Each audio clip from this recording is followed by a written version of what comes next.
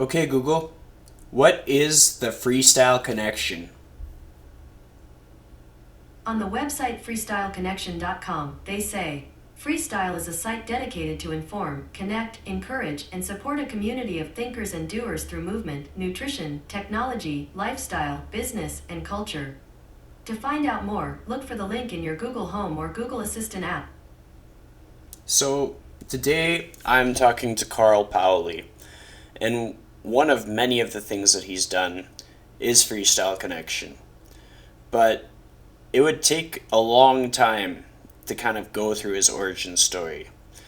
He'll be a name that sounds familiar if you are interested in CrossFit or gymnastics, but it's not to say that that's the only reason why you'll want to listen to this episode, because we didn't talk about training at all, and we barely even mentioned the word CrossFit. So give this one a listen, and what I really need on this one is if you could share it on social media. Uh, Tag me in Instagram so that I can see it and repost. That's helping me a lot to get the word out there and spread the message about good, enlightening conversations and meaningful moments in people's lives. Thank you for listening, and I hope you enjoy. Welcome to the Lifestyle Chase, Season 2. This podcast features high performers who have found a way to live their best life while balancing their health, wellness, friends, and family. I'm your host, Chris Little. Let's get started.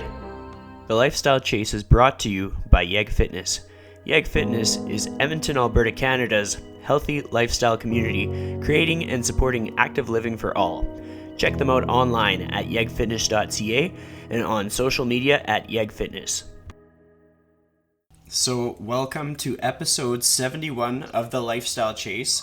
Today I am joined by the one and only Carl Paoli. Did I get your name right? You definitely did. You definitely did. Yes. Thank you for having me.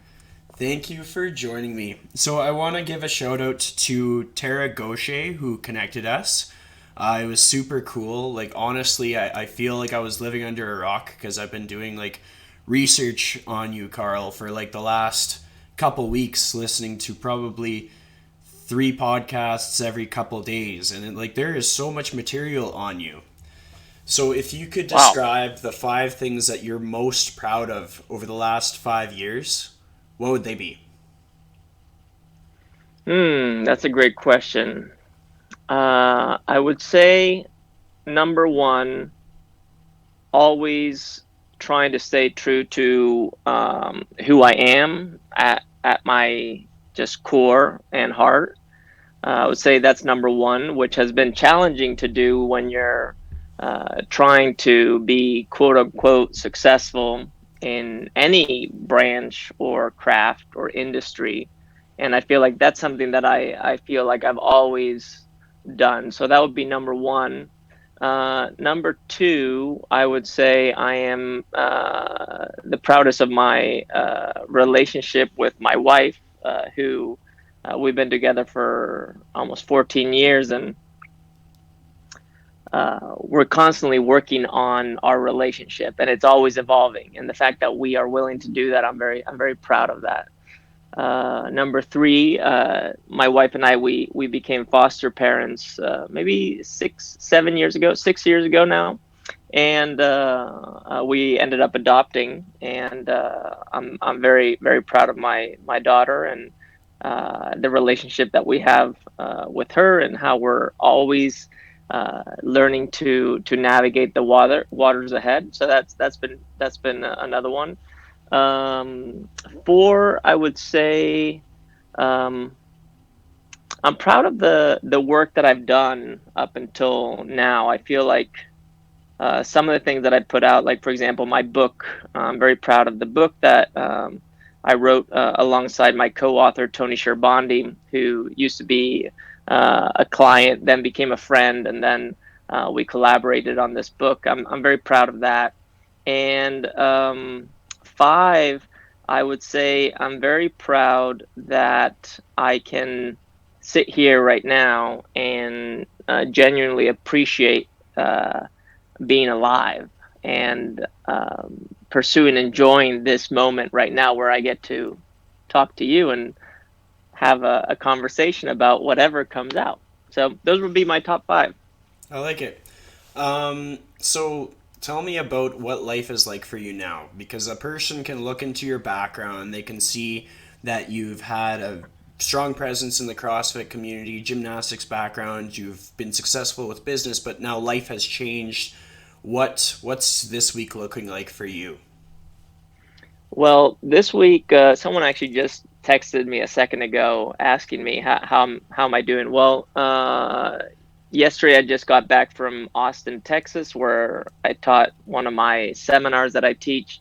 So yesterday was a recovery day, and today is kind of just getting my toes wet again and just getting into the week. But it's dedicated for the next 2 weeks on making sure that an event that I have coming up.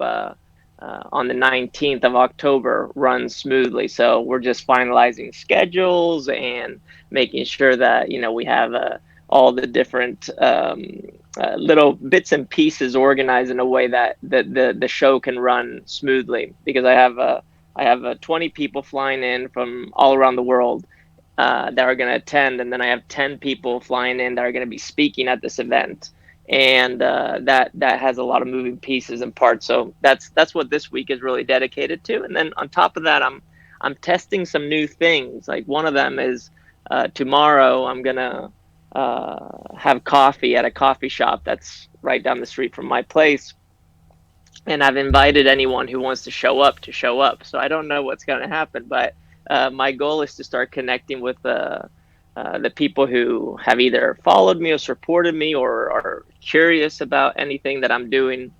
Yeah, inviting them in to just have a conversation. I like it. So your audience has kind of shifted over the years. Like, do you find that a lot of the fitness people have kind of gravitated away from you as you've like gone through different sort of phases? Yeah, it's very funny. I'm a nerd when it comes to analytics, so I'm constantly looking at data, what's happening on the back end.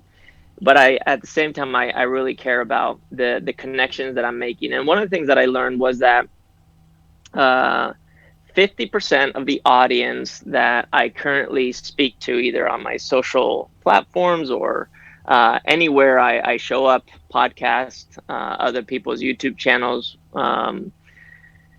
50% of those have followed me since the beginning. And the beginning was in 2007, 2008, when I started really putting out content. The other 50% have just recently joined me in the past 3 to 5 years. And it's interesting to see that mix. And now, as I make more of a hard turn into lifestyle beyond just talking about fitness or, in my case, gymnastics applied to fitness, I am getting a lot of people messaging me saying, "Hey, I was here originally for the gymnastics or the fitness stuff, but I'm intrigued to stick around for the culture, mindset, and pursuit of living a life that's worth a while." So that's kind of what we're seeing right now with the audience, and it's pretty cool to see.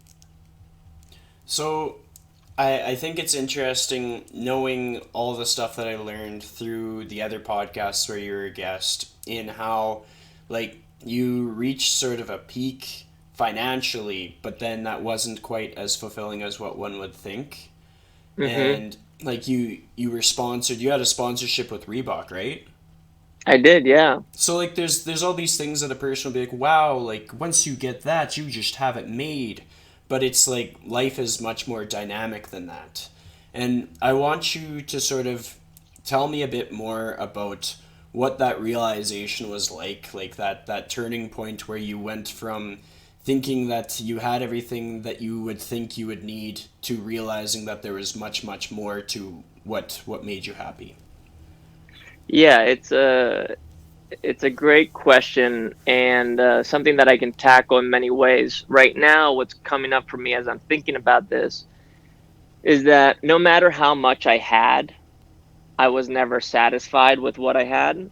And even when I had it, I was always scared of losing it. I always felt like I was living in scarcity. And what's been interesting is that the less I've had and the less I've tried to have, even from the clothes that I wear, I always wear the same thing. I wear a t-shirt, pants, and shoes, and that's it. And if it's a little cold, I wear a hoodie and a jacket. But it's always the same thing. There's no real variety, and there's no craziness in my life in terms of possessions. And now more than ever, I can say with certainty that I feel like I'm living in way more abundance than I was when all these things were coming to me. Meaning, every week I would get packages from my sponsors, from Reebok, from nutrition companies I was working with, other products that I was reviewing. I was getting boxes and boxes and boxes of stuff. And you know what I did most of the time? I complained. Oh, this doesn't fit. The wrong size. It's taking up a lot of space.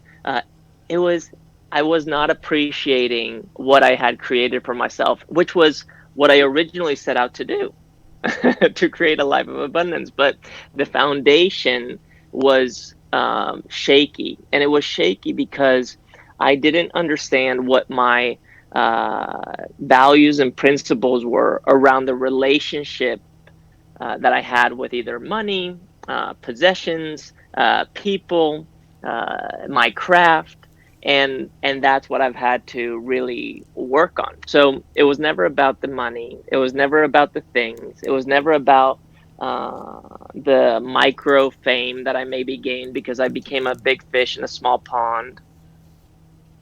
It was always about a sense of fulfillment. And I didn't know where that sense of fulfillment really was, even though in the back of my head, I knew it was inside of me. I just didn't know how to tap into it. That's cool, and it's important for people to kind of hear that from as many other people as possible, because like life is all fun and games until it's over and you ran out of time to do what meant something to you, you know? Hmm. Yeah, for sure. I mean, it's like small things like this. I got on the plane flying back home from Austin the other day, and I sit next to this guy who, when I first saw him, I was like, he looks kind of angry. So I immediately start judging him, or like, I don't want to bother him. So I was kind of, scooting over to one side and trying to be in my own little cocoon. And there was something with the plane where the temperature of the cabin was just fluctuating from really cold to really hot, really cold to really hot. So we started kind of messing with the air conditioning knob, and we were both kind of reaching for it every 2 minutes.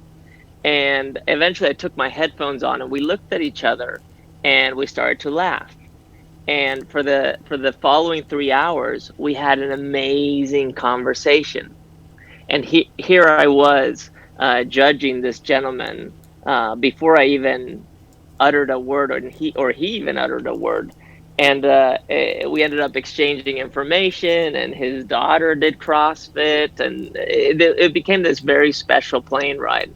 And that moment right there is the thing that back in the day I was closed up to. I wasn't opening myself up to the opportunities or possibilities that you could have a very powerful relationship with a person that is a stranger, and make this plane journey, which is usually a pain in the ass, a pleasure and something very memorable. And it was just another reminder that we shouldn't judge a book by its cover, and that if you're just a little bit open, you may be surprised on the value that's on the other side of that opening. Totally. I agree, and like it comes down to like something like this podcast, a lot of people will pursue guests where like everybody knows who that guest is. But when it comes down to it, like it doesn't matter who the guest is. Like if you have time to talk to somebody, you're going to get something from it, which is I think that's the great thing about podcasts. Of all the Yeah, I guests agree. of all the guests that you've ever interviewed or people that have hosted you, um, can you think of like one or two ones that kind of like stick with you that sort of just changed the way you saw things? Mm, that's a great question. Well, I had a guest on my podcast. His name is Tony Dam, and he is actually a coach at the gym that I'm a member at Telegraph CrossFit, which is right down the street from my place, and where my wife and I train. He When he was on my podcast, he told me his story of how he ended up in prison for 10 years, and the way that he told his story just allowed me to see that people are not their actions. And although our actions at times can be hurtful and should not be tolerated, that doesn't mean that the person is the actions itself or the behaviors itself. And this led to me having a chance to go into the county jail here in San Francisco, where I live, with Tony to speak to a group of inmates there. And even that word inmate, the program that we were a part of to get in there, they've changed it to students, the students that are in there that are learning to re-enter society in a way that they can be of value and service and to live a fulfilling life without hurting anyone. And being able to connect with people at that level, that was really powerful. And it just kind of showcased for me how uneducated I was in regards to how one sees that part of society that we know exists, but we don't really know how to interact with. So that was probably one of the most powerful interviews that I've ever done, and I'm glad to be able to call him a friend now. And I'm going to his wedding and the whole thing. So yeah, that he was the most meaningful one, Tony Dem. Awesome. When it comes to empathy, because I know a lot of people in this kind of a space, whether it be like working with people either through fitness or just communication, we have to exhibit quite a large, high level of empathy. What would you say is a situation in which you felt like you paid the biggest price with how much empathy that you felt? So you mean what's taken the most toll on me? Yeah. Mm. You know, one thing that I say in my teachings all the time is that I don't care about your problems. And I say this because I have enough of my own to care about. That being said, what I do care about is what you intend to do about your problems. And that's what I am here for. I, as a coach in the fitness space, lifestyle space, wherever I am, I'm here to help you identify what is it that you consider a problem and how can I help you figure out how to solve that problem.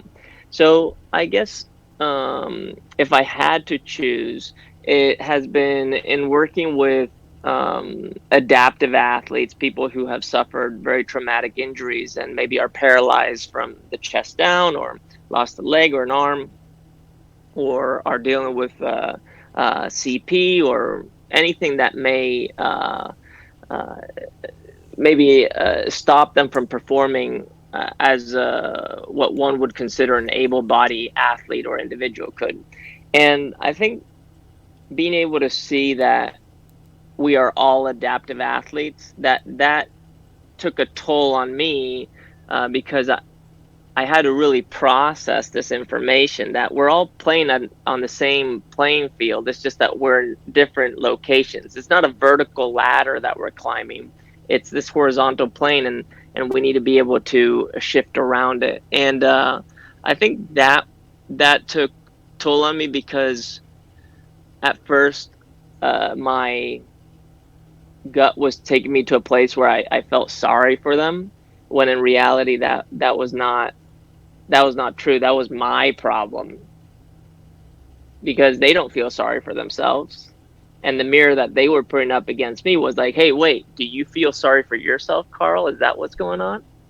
And that's what it was. So, yeah, that has definitely been something that, if I had to say uh, a moment or something that's taken toll on me, it's been working with the adaptive athletes and realizing that uh, I'm the one that has a problem. Yeah. So I'm the one that needs to do some work. Yeah, but it's been the best gift that I've received as a coach to be able to work with a population like that.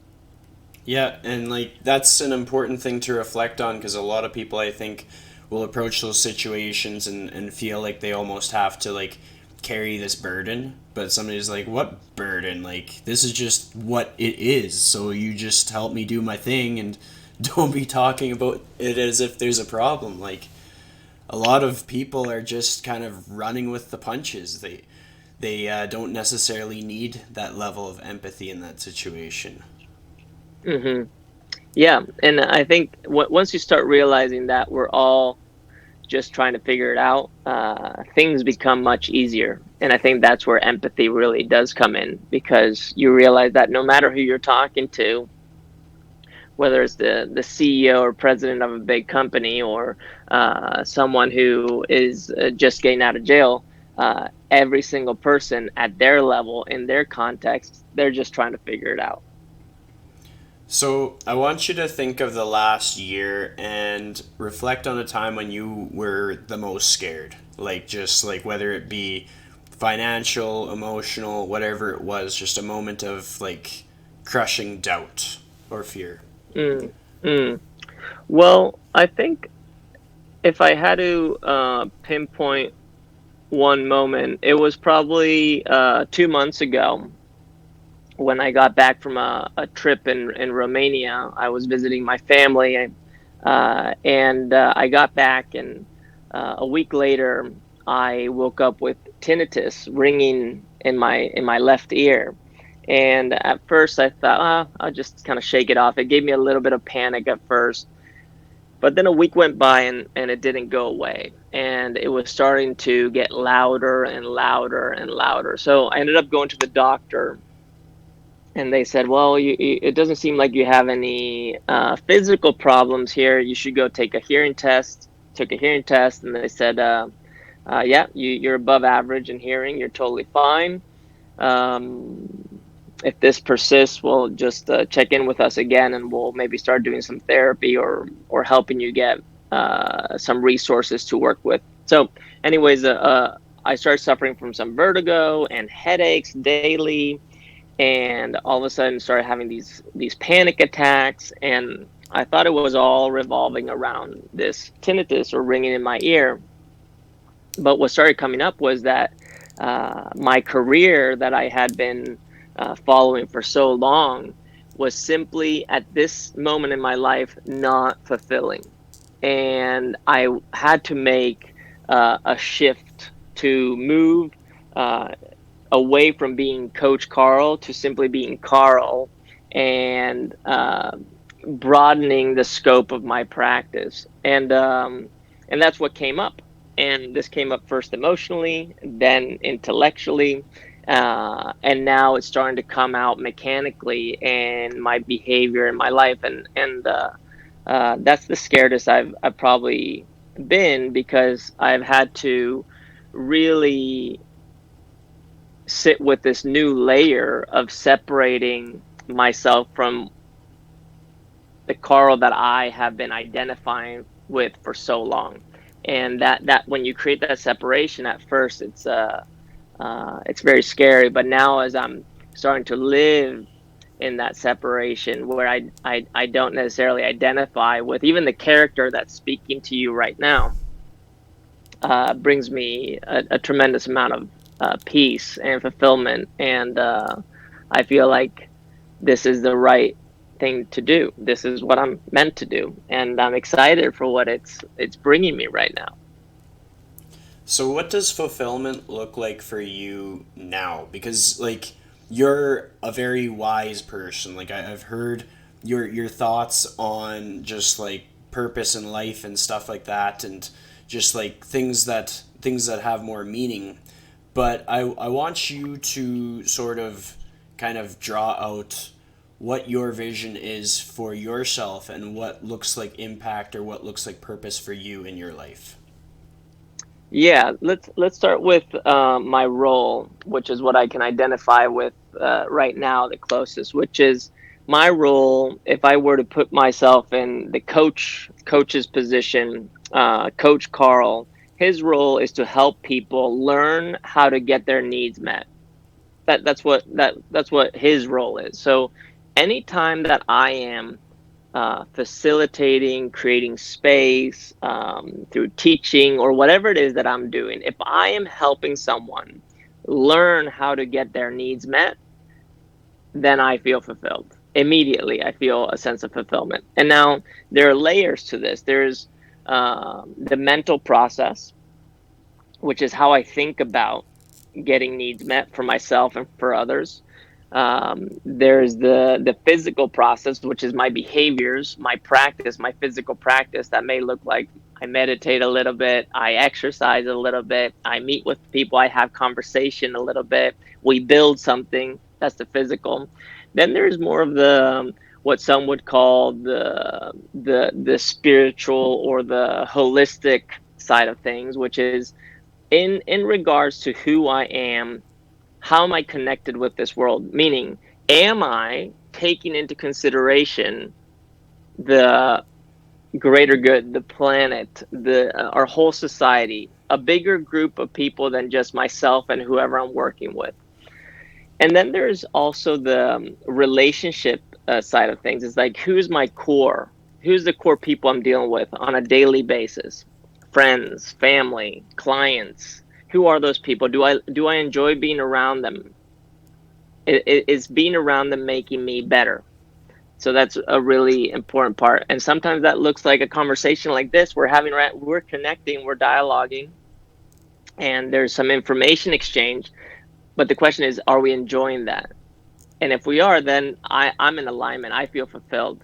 And then finally, there's the business side of things, which for me, business is simply creating a vehicle that allows you to multiply, speed up, slow down, connect your philosophy, the thing that you believe in.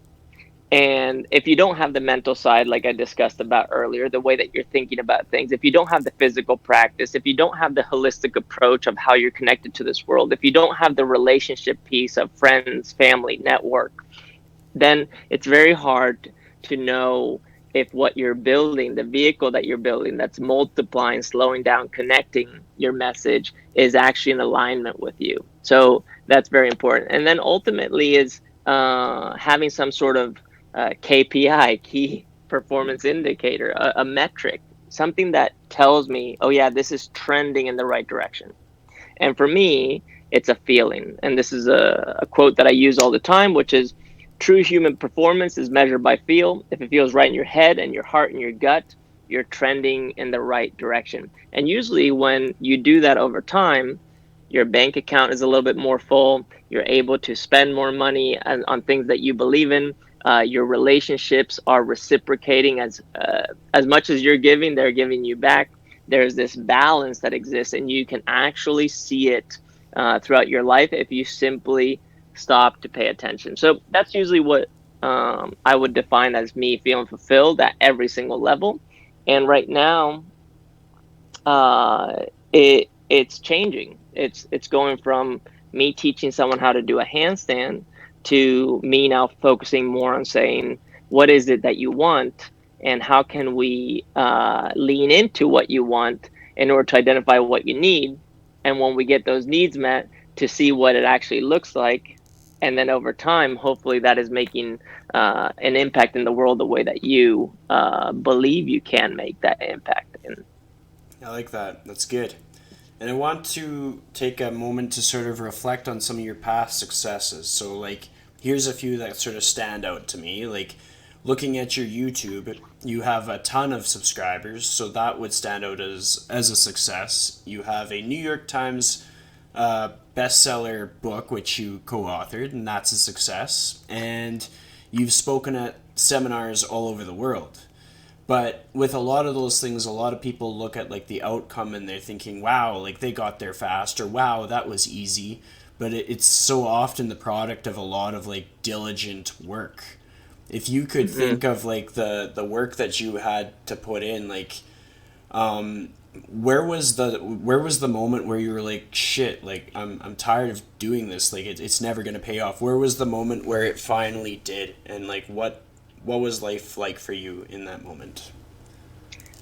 Yeah, there's definitely no overnight success. So that doesn't really happen. This is a lifelong process. And for me, it's always been since I was a kid in my head, I always have had these visions. And uh, there's this subconscious mind that we have that we can tap into in meditation or in our sleep that contains kind of that fire.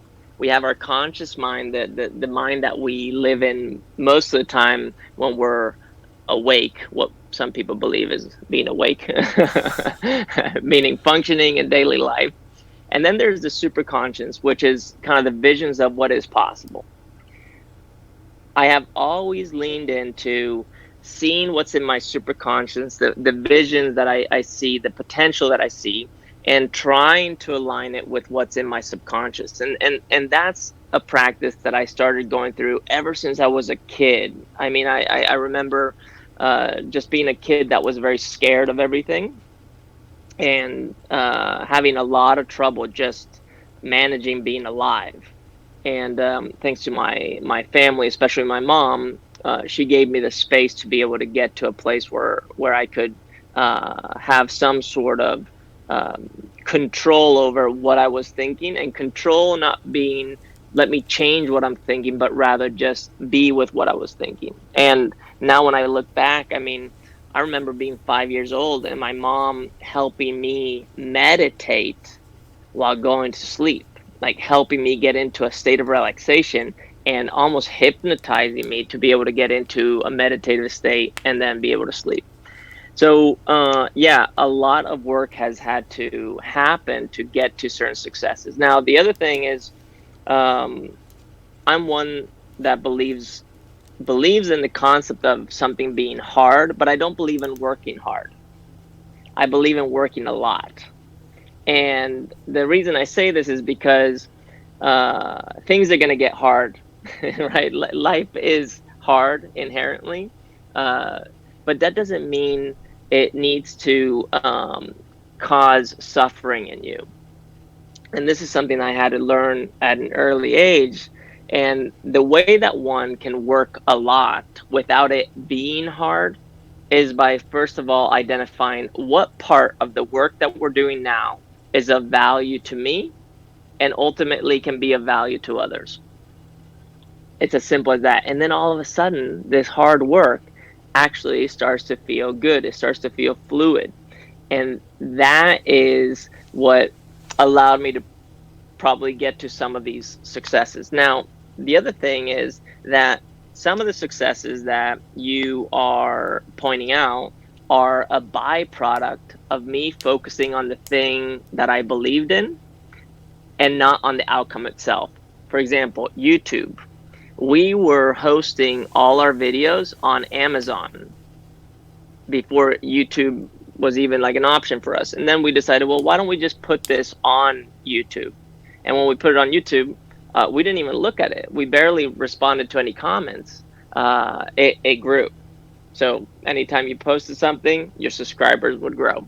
So the YouTube success, which relative to someone else on YouTube is nothing, but that YouTube success is a byproduct of doing the work that you really believe in. Getting a book deal. The book deal happened because someone saw what I was doing, believed in me, said, "Hey, you should have a book deal. Here's my publishing house. Go talk to them." Talk to them, all of a sudden get it, and it happens. And because I had done all the other things, it just happened to make enough sales that it became a New York Times bestseller. So all those successes that people see on paper are usually not specific goals that you necessarily set. You maybe think about them but they're actually a byproduct of the work that you really believe in and the work that feels good to you, and doing a lot of that without having to force it, without having to pressure yourself into it, but rather just doing it because that's what feels right. Yeah. And I like that summary essentially because like there's so many things where people are looking at that outcome. They're looking at the book, the YouTube, the this, the that, and they're like, well, I need to get that to feel good, but they're not feeling good and doing the things that get them there, you know? Like Yeah, it's similar to how many podcasts start up in a year and then don't make it for a full year. Like right. you probably know like hundreds of people in your circle that maybe delved into podcasts and got 6 episodes in and stopped or something, hey? Yeah, for sure. I mean, in regards to the podcast, an interesting thing about the podcast was I didn't want to start a podcast myself, for example, because I knew that I wanted to do it a little bit different, and I didn't know what the space was like. So it wasn't until an app called Anchor came out, which you may be familiar with, that when I heard a friend of mine recording just on his phone, I was like, ah, man, why don't I just start on this thing? No one's going to find me here because no one has it. So I just started recording these like really kind of just off the cuff voice memos. And then I was like, okay, I did 10 of these. Let me stop for a second because now people are starting to listen. Let me see if I can curate something a little bit more special. So I decided, okay, let me do another season. I did another season, and then I realized, oh yeah, this is cool. Now I understand how to do podcasts and what people are listening to. I'm going to cut the season, and I'm going to reinvent myself again so I can come back to the space. And the reason I'm sharing this with you is because a lot of people start things and they end them, and then it's done.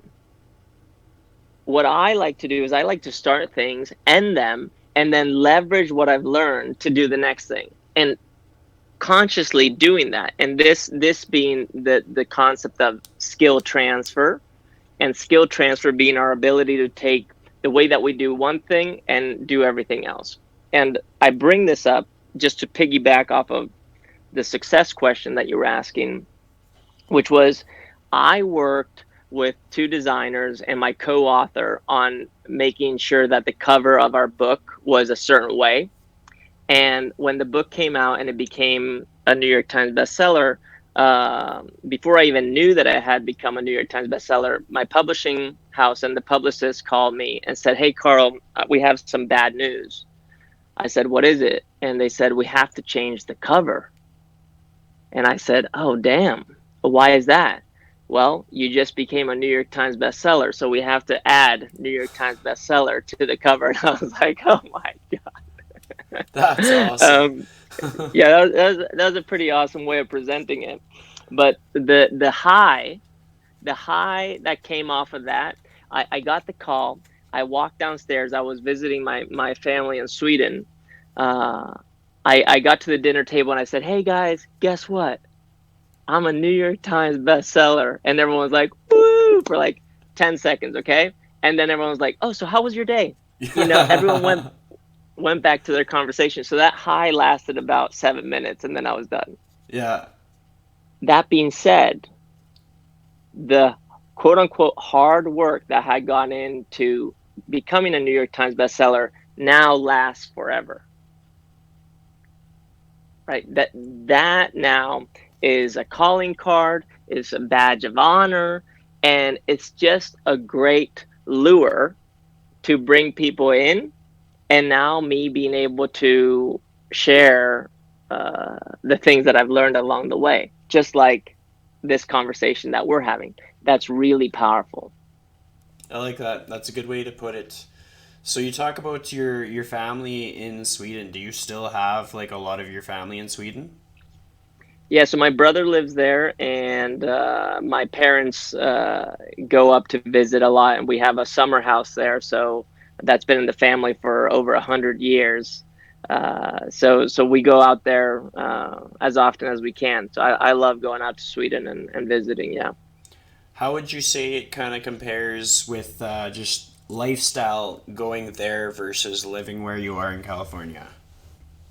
That's interesting. Well, the one thing that I feel when I go to Sweden is that there's something about it that culturally, because I grew up in a Swedish household, it feels like home.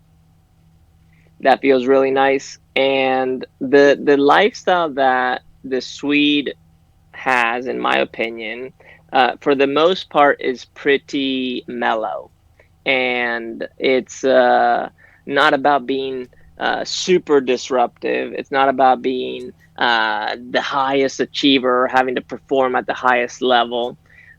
It feels a little bit more balanced to me. Now, this is just my interpretation because I know that there are a lot of Swedes that push really hard, are high achievers, and are just like anyone else in the world.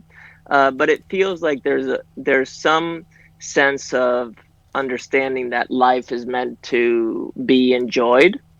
And although there are a lot of problems in Sweden and people are struggling, uh, the overall sense is of a sense of uh, joy just in the lifestyle, especially in the outskirts of the cities, which is where I spend most of my time. And most areas are very rural areas, so woodsy, small town type of vibe, and that to me feels really nice. I think it's important for people to sort of like reflect on that because as much as there's so many things in the world that sort of give you that illusion of quietness and connection, but there's such thing as genuine connection and sort of like manufactured connection and genuine peace and solitude and manufactured peace and solitude. So if you were to define like connection with people and solitude for what you need to have clarity, what would that be? Mm, that's a great question. Um, Now that I've been spending more time in silence, not talking, thinking whatever I have to think, what's interesting about the human body and the mind and consciousness in general is that it is self-sustaining, and it organizes itself in a way that we can't do intellectually. And I actually heard a quote the other day, which was pretty interesting. And see if I can remember it. It's it was, our intellect is a great servant, but it's a terrible master.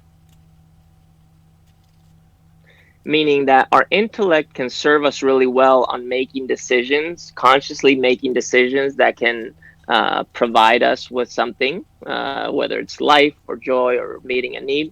But in terms of it being a master, something that we succumb to, it can be terrible. It usually looks like our ego, and we become prisoners of our intellect.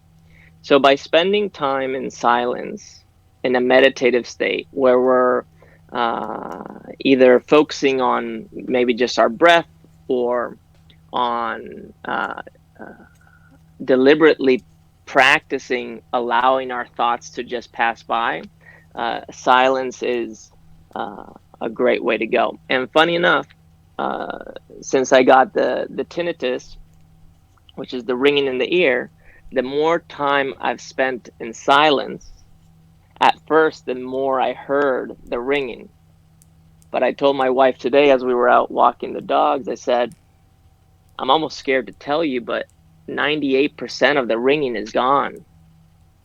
It's turned down because I've allowed it in. I've realized it's not scary, and my brain has literally organized itself. It's starting to fire and rewire in a way that allows me to now be free and actually be in silence where the magic happens. So I don't know if that answers your question, but if I had to say one thing, I would say spend more time in silence. And I don't mean silencing your phone and scrolling through Instagram. I mean in just sitting there being quiet, whether you have your eyes open or closed or whatever, and just sitting there. Totally, I agree, and especially with that the Instagram point. Like, I think social media is great and is tied with the word connection a lot, and you feel like you're connected to people. But if anything, like this podcast has taught me how much people need to be around or like actually be sort of vulnerable with other people and talk about things that mean things and not things that you think mean things. And it's just it's almost something that society is sort of losing a grasp on, if nothing else. Hmm. When it comes to like, Yeah, oh, I agree with you. I agree with you. I just wanted to be in agreement. Yes. nice. When it comes to like connection, that's like a big buzzword for me. It's sort of like a theme of my life, my lifestyle. Like with all of my clients, I really try to understand like more about them and not so much just what their body does, but like how they think and what matters to them and all these things. And I have a lot of time in my week where I can just have like really meaningful connections with people. What Hmm. what defines a good connection for you? Like if you're walking away with something, what are you walking away with when, say, after we finish this podcast episode, what matters the most that you're gonna walk away with? Yeah, so that's a great question. I think it's a complicated one to answer. But in short, I can tell you a little bit the process. So first of all, my first impression of you, just through being on this podcast versus when we spoke over the phone, is that you have really done your homework and you're asking very meaningful questions that are making me push into areas of my intellect and being that I've been in, but I'm doing it in a slightly different way. So you are altering my state of consciousness and awareness. And I, being aware that you are facilitating that, is connecting me to you. So when I leave today after this podcast, I'll be like, oh man, Chris really, he asked some really great questions. I can't even remember what the questions were, but this is what my experience was, and this is what I felt. And that's the connection that I have with you. Now, what is interesting is what's going to happen tomorrow or in a week or in a year from now. You may follow me on Instagram. I may follow you. We may see what we are doing, and we may agree or disagree on certain things. But if we can remember that the foundation of the connection that we've created happened this way, and we felt something that was meaningful right now, we can always come back to that. And if one can cut through the bullshit, cut through the noise, and come back to the original anchor of that connection, one can start to work on the relationship or the connection that one has created in a way that can either make it stronger or unravel it if needed. And being able to be proactive around a relationship or a connection, I think, is the most powerful thing. So, my take on connections is becoming aware of what created the connection and then knowing that you can work on that connection according to what the two parties involved or three, four, five parties involved uh, have to say or feel about it, which is great. I like that. That's a good way to put it. And when I reflect on like on my own podcast, like it's I've gathered a lot of different people into conversations with me, and then some of them are just like 2 minutes away from my house. And had I not had that talk with them, I wouldn't understand them the same way. Like when I see their social media posts, I wouldn't be like, oh wow, like no, I know what this means when they say this. I would just be like, oh okay, swipe along. Oh okay, Hmm. swipe along, and it's cool because then what social media is that's good means more because yeah, I made that initial like that first impression, that spark that started things. And yes, I'm not going to be able to talk to them every day, but at least when I see something, it means something more. And I think what I find, and especially in the fitness space, is people will add all these different people on their social media. But like, there was an instance probably 2 months ago where I was at an event and there's a whole bunch of fitness people, and somebody added me on Facebook, and then we were walking together in a group, and they're like, "Who are you?" And I like looked at my phone, and the notification was still fresh. Like they had added me, and I had accepted, and I was like, you just added me on Facebook. Like I get it that you forget names, but like, this is my face." Like, it's just funny Yeah. how separated we can get in this world. Yeah, it's insane. It's insane. And along the lines of that, I get that all the time going to these seminars. You get the awkward interaction of, I introduce myself and I say, "Hey, I'm Carl. Nice to meet you." And they're just like, "Hi." And they don't introduce themselves because they have created a relationship with the person on the other side that they believe they know.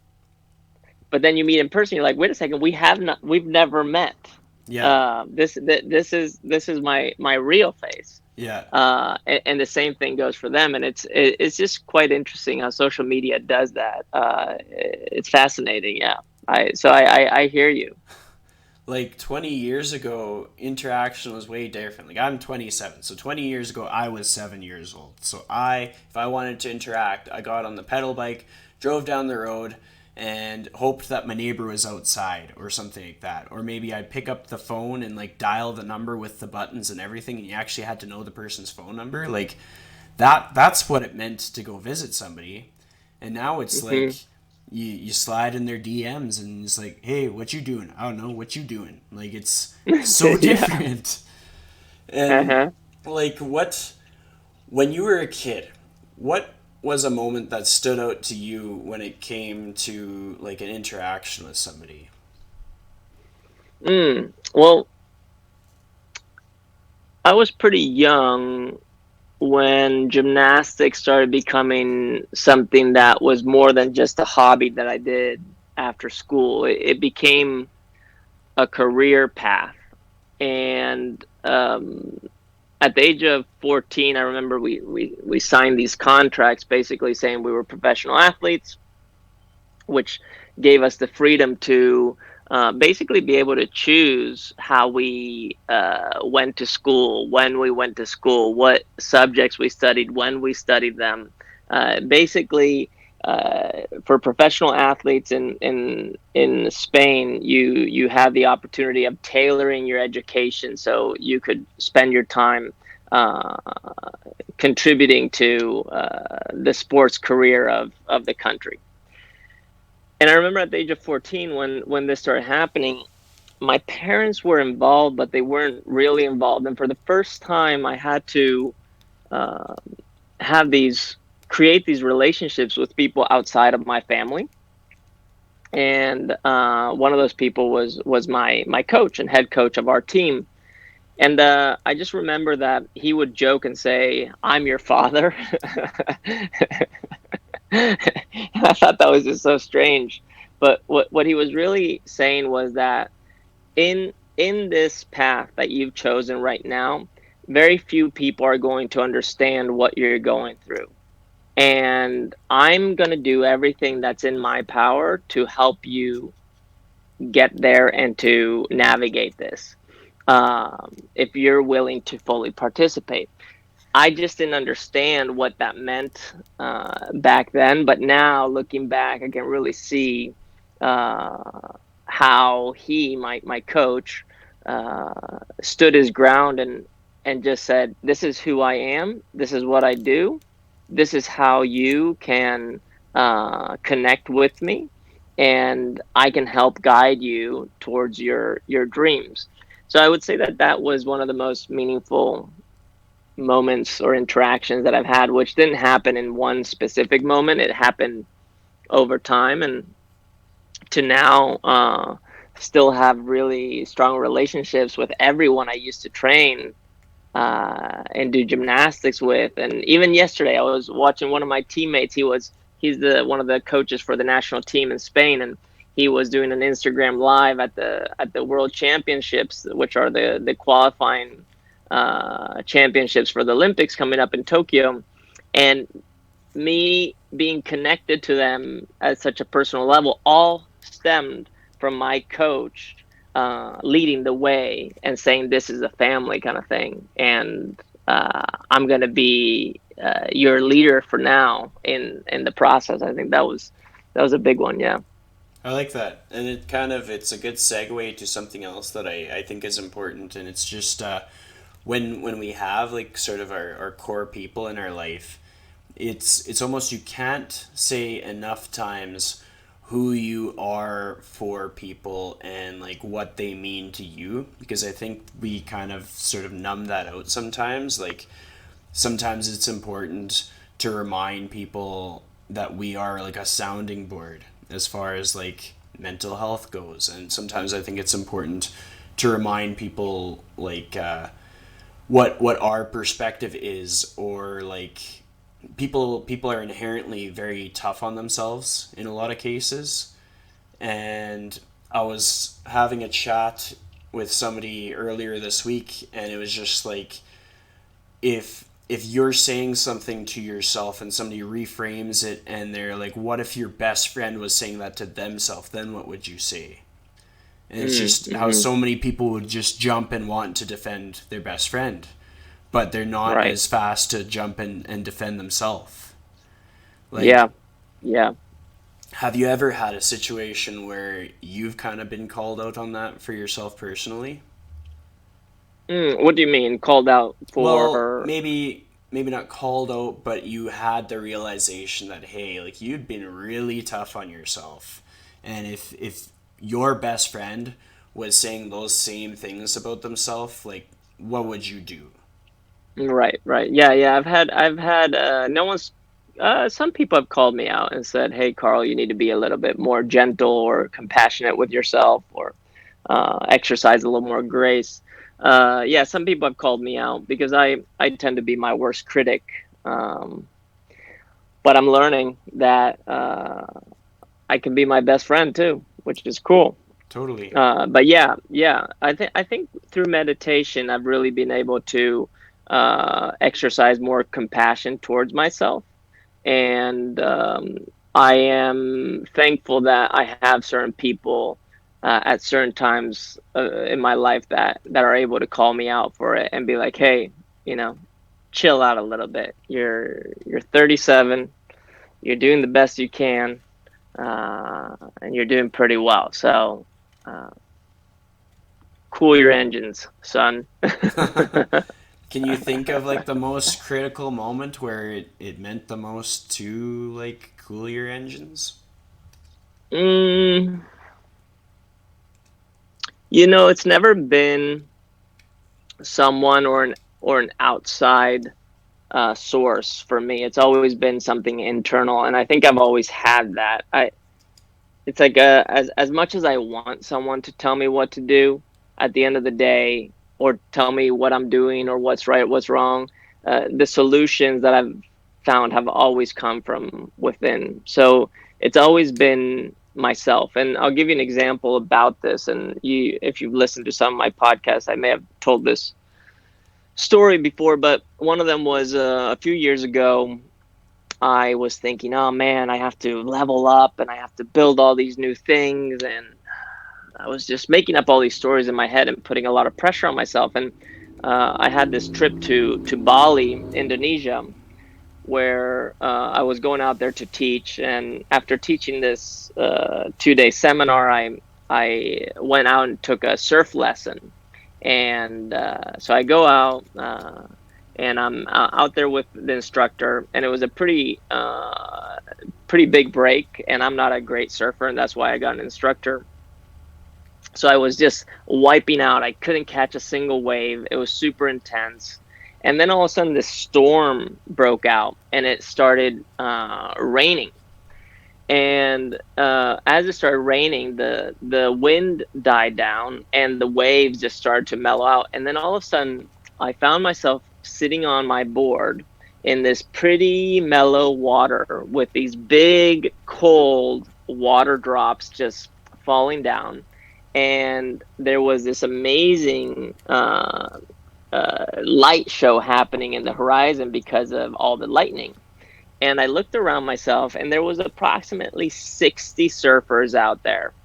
And the first thing I noticed was that I wasn't even aware that so many surfers were sitting out there, that were so many people around me. I thought it was just me and this big crashing wave. So the first thing that dawned on me was that, Carl, you're not alone. That's the first thing. The second thing that dawned on me was that uh, the contrast between the warm water that I was sitting in versus the cold that was dropping on me, that contrast was the beauty of life, is being able to feel that contrast. That's when we meet someone that is different than we are, and we get to see a different side of the world. It's a different culture, so contrast was important.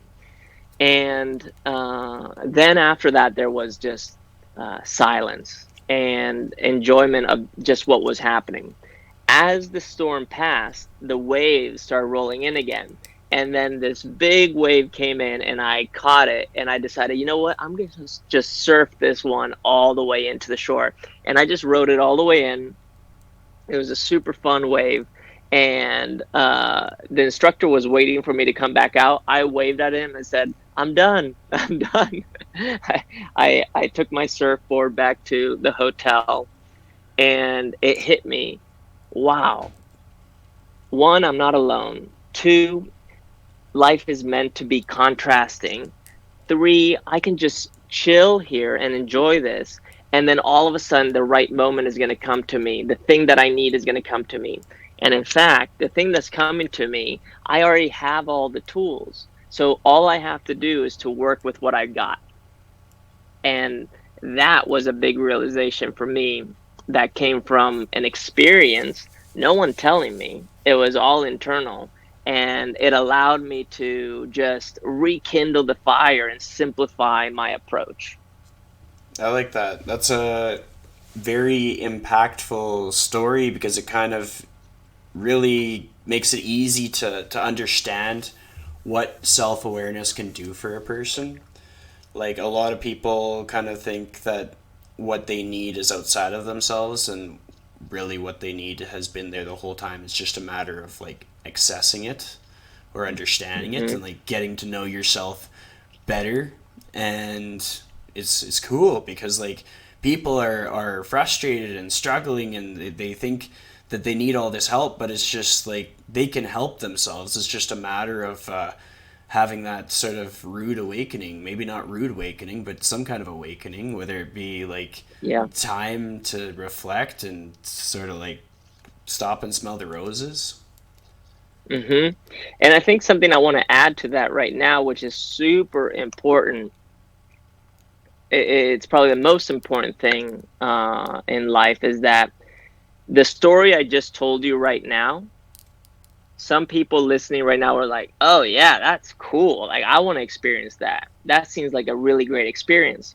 Well, when I was experiencing it, I didn't live it as much as I can live it now in telling you the story.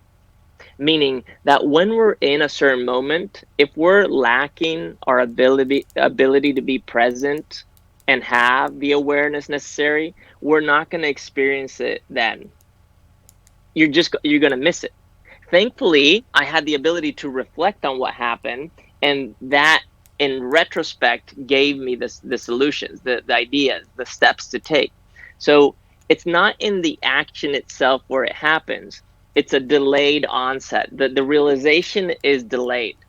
And the more you practice being aware, the more those become closer together. The experience and the realization come closer together. And I guess those who can do everything in the now, meaning experience and realize in the now, those are the enlightened people. I'm not there. Right? But I do try. I do try to say things like, "Oh, this is the moment that I'm going to remember later then I'm going to be like, oh my God, that moment was so great. Let me experience this right now. I try to do that. Yeah, that's a stretch. Like it's hard to actually do that. I think it's better to just kind of like hope for the best and make the most of what's happening as much as you can. So I have a question that I ask all of my guests, and it's if you could give one piece of advice on how to live your life to the fullest in the most authentic or true to yourself kind of way, what would that piece of advice be? This is a hard one. Well, let me share an exercise. This is an exercise on reflection. And it goes something like this. At the end of the day, or right now, you can look back at your day, at your week, at your month, at your year, at your whole life, and you can ask yourself, am I proud? Am I proud in my heart? Am I proud of my achievements? Am I proud of my personal traits? Am I proud of my relationships? Am I proud of my possessions? Those four things: your personal traits, your relationships, your achievements, uh, and your possessions. I think I said the four. And if you don't know what being proud of something feels like, imagine all those things that you listed under your personal traits, the way you look, your characteristics, your achievements, the things that you've done, your behaviors, your relationships, or your possessions. If you can take all those things that you've listed there, or the things that you thought about, and put them on display for the whole world to see, without any shame, any worry, just letting it be there for everyone to see, then you are proud. Now, if you're a little ashamed, or you feel a little hesitant because there's something there that you just feel, this is not right, or there's something that's not sitting well with me, or I don't want this person to know this because I'm scared of something, then you are out of alignment with your truth. And you have the opportunity, if you're not proud of yourself and the things that you've done, the relationships that you have, whatever you own, to reconcile. And one way to reconcile is to first say, I feel it. I feel the shame. I feel the anger. I feel the hesitation. I feel it. The second thing is, once you felt it, is to say, thank you. I see that I have room to grow. Thank you for showing this to me, because now I have more room to grow.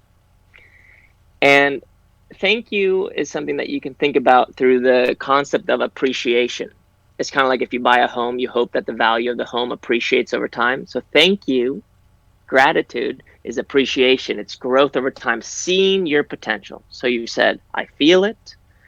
Thank you. I see the appreciation that exists in this knowledge that I just gained. And then finally saying, I love you. And I love you is simply an act of moving towards growth.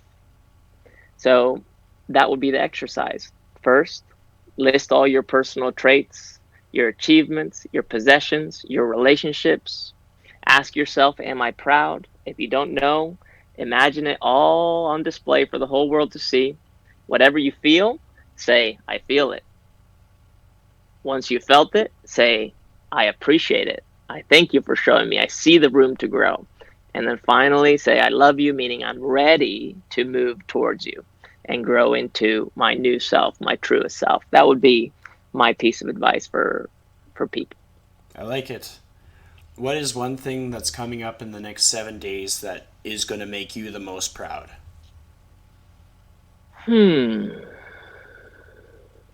I don't know. If I knew, I would probably be dead.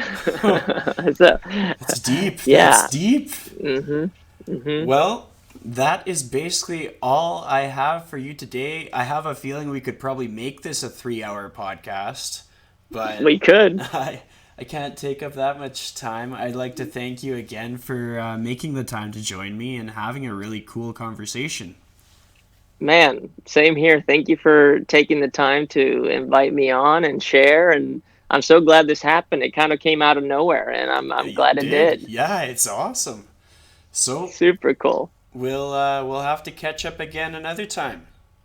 We will. Thank you so much. I really appreciate everything, and I look forward to catching up with you soon. Yeah, you bet. See ya. All right. See you, dude. And that wraps it up.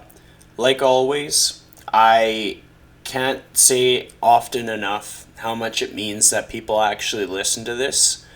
So keep listening, subscribe. A rating goes a long way in the growth of the podcast. When you go onto iTunes or Apple Podcast and you leave a rating, it kind of gives the podcast a bump. And then new people that aren't my mom and dad, they'll listen to it too. And a lot of these conversations are pretty meaningful and genuine. And like there's not much like of a pre-script or anything. As much as I might know what I want to talk about, I would never be able to have the same conversation twice. So when somebody shares a conversation that I've had with somebody, then it's pretty cool because this is something that I put my heart into. And like anything, when we wear our heart on our sleeve and there's a greater meaning to a project and that meaning means something to somebody else as well, then that's pretty fulfilling. So thank you for the support. I hope that you continue listening to the Lifestyle Chase. I hope that you take a chance to listen to an old episode. And I hope you have a good day. Okay, Google, what am I thinking? You're thinking about how you said that embarrassing thing to that person that one time. And I know it's been eating at you, but trust me, it's not a big deal. Wow, nailed it. See ya.